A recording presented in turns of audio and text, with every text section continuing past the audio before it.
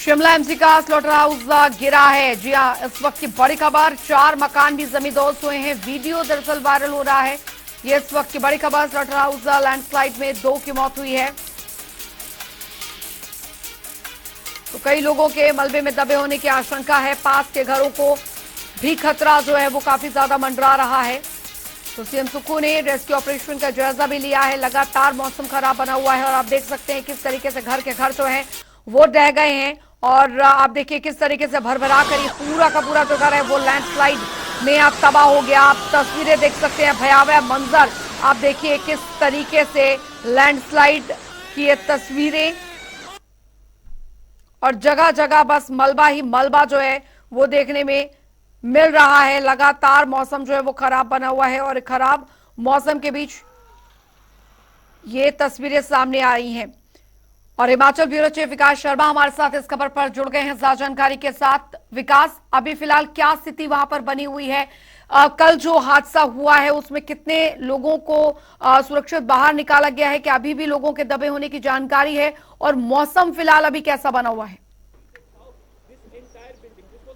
देखिए, बिल्कुल इस समय मैं कृष्णा नगर के उसी इलाके में हूं जो वीडियो आप इस समय जो है टीवी स्क्रीन पर देख रहे हैं। किस तरह से चीख पुकार के बीच जो है ये भारी भूस्खलन यहाँ पर हुआ है। तस्वीरें सबसे पहले आपको मैं दिखाऊं। देखिए, एक तरफ यहाँ पर जो है बड़ी जो बिल्डिंग है उसकी एक छत यहाँ पर दिखाई दे रही है। इसी से अंदाजा आप लगा सकते हैं कि कितना भयानक जो है ये तस्वीर यहाँ पर रही होगी, मंजर यहाँ पर रहा होगा।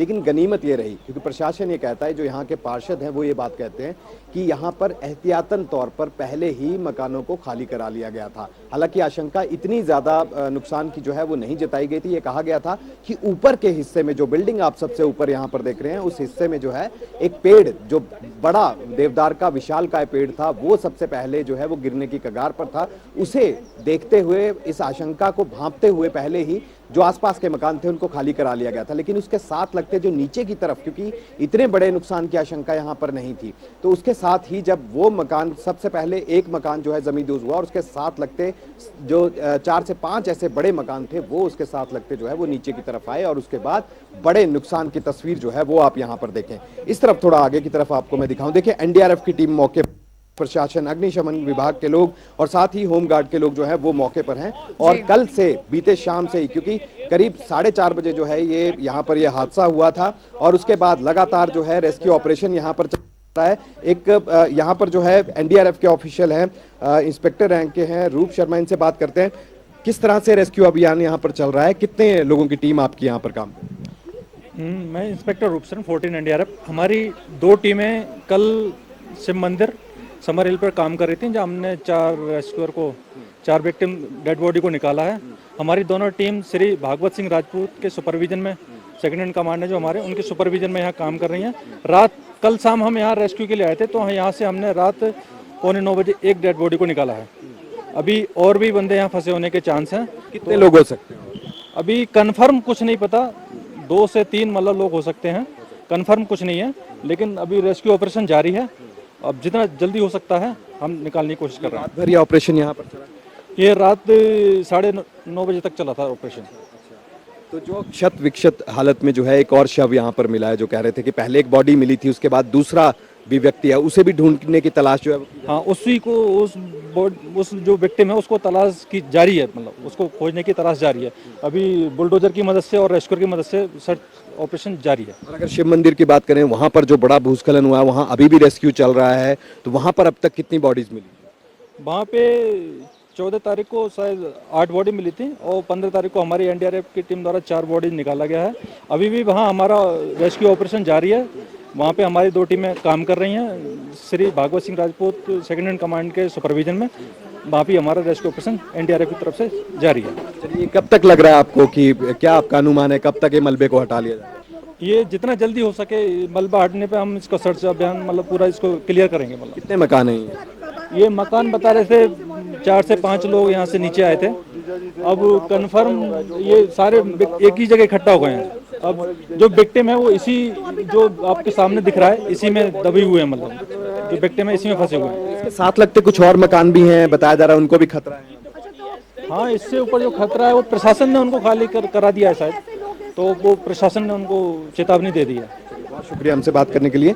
तो एनडीआरएफ के जो ऑफिशियल्स हैं वो ये बात कह रहे हैं अंजलि कि यहाँ पर जिस तरह से भयानक मंजर जो है वो देखने के लिए मिला है, कहीं ना कहीं तस्वीर जो है वो बेशक बेहद भयानक जरूर यहाँ पर है, लेकिन इसके साथ ही शिमला, क्योंकि देखिए इतनी भारी बारिश जो है इससे पहले लोगों ने यहाँ पर नहीं देखी और जितना भारी नुकसान यहाँ पर हुआ है वो तस्वीरें आपके सामने हैं। शिव मंदिर देखिए, सबसे पहले वहां पर बड़ा भूस्खलन जो है वहां पर हुआ था और उसके बाद लगातार तस्वीरें जो है वहां से सामने आ रही थी। वहां भी एनडीआरएफ की टीमें काम कर रही हैं और वहां पर भी इसी तरह से रेस्क्यू ऑपरेशन जो है वहां पर चलाया जा रहा है। पुलिस प्रशासन जो है वो सबसे पहले वहां पर पहुंचा क्योंकि सूचना सबसे पहले पुलिस को मिली और उसके बाद जब ये देखा गया कि नुकसान बड़े स्तर पर हुआ है, भूस्खलन बड़े स्तर पर हुआ, उसके बाद एनडीआरएफ एसडीआरएफ की टीमों को वहां पर सूचित किया गया। अब तक शिमला की अगर मैं बात करूं, शिमला में पिछले 3 दिनों के अंदर अंदर शिमला में 16 लोगों की मौत जो है वो अब तक यहां पर हो चुकी है और इसके अलावा भी कई लोगों की दबे होने की सूचना जो है वो निकलकर सामने आ रही है। बिल्कुल विकास बने रहिए आप हमारे साथ। और इस बीच हम अपने दर्शकों को जानकारी भी दे दें कि कृष्णनगर में इस हादसे के बाद मुख्यमंत्री सुखविंदर सिंह सुक्खू और नेता प्रतिपक्ष भी देर शाम स्थिति का जायजा लेने के लिए मौके पर पहुंचे। सीएम ने जिला प्रशासन और नगर निगम की खाली कराए गए घरों के लोगों की राहत और पुनर्वास के लिए आवश्यक दिशा निर्देश दिए। ये देर रात की तस्वीरें हैं, आप देख सकते हैं मुख्यमंत्री ठाकुर सुखविंदर सिंह सुक्खू और नेता प्रतिपक्ष भी यहाँ पर मौजूद रहे और जायजा उन्होंने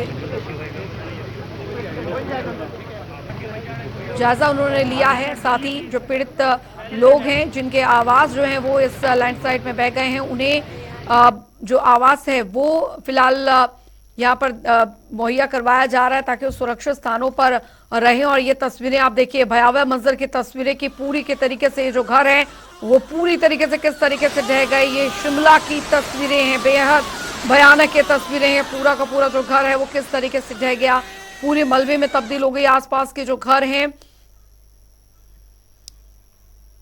उन पर भी खतरा मंडराया हुआ है।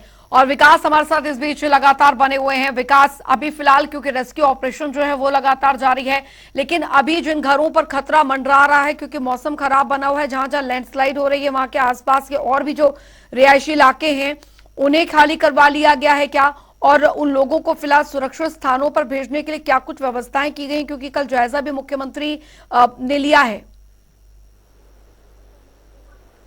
देखिए बिल्कुल, और शिमला में ही नहीं बल्कि शिमला के साथ साथ जो कांगड़ा जिला है, मंडी जिला है, बड़े स्तर पर यहाँ पर एनडीआरएफ का एक रेस्क्यू ऑपरेशन जो है वो चल रहा है। बीते कल भी कांगड़ा में फतेहपुर और इंदौरा जो विधानसभा क्षेत्र है वहां पर दोनों ही विधानसभा क्षेत्रों से करीब ये मान के चलिए कि 450 से ज्यादा लोगों को वहां से रेस्क्यू किया गया है। पोंग डैम जो है उससे लगातार पानी जो है वहां पर छोड़ा गया। भारी मात्रा में पानी छोड़े जाने के बाद जो है ये परिस्थितियां जो है वहां पर उत्पन्न हुई, जिसके बाद कई ऐसे गांव हैं जो पानी की जद में यहां पर आ गए थे। लेकिन उससे पहले आपको एक तस्वीर दिखाना बेहद जरूरी है। ये आप जरा तस्वीरें देखिए, कृष्णानगर इलाके की तस्वीरें हैं।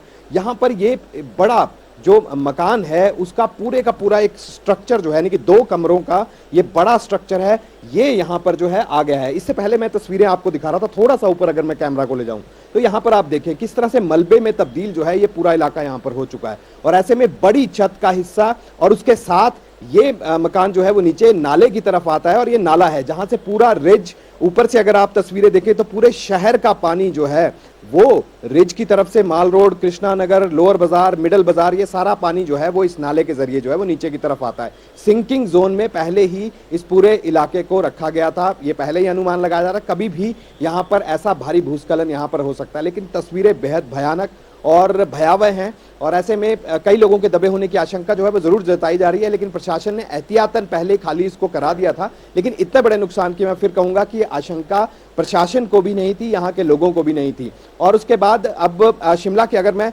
शिव मंदिर यानी शिव बॉडी, जहां समर हिल में एक बड़ा भूस्खलन हुआ था, वहां पर भी तस्वीरें कुछ इसी तरह की थी।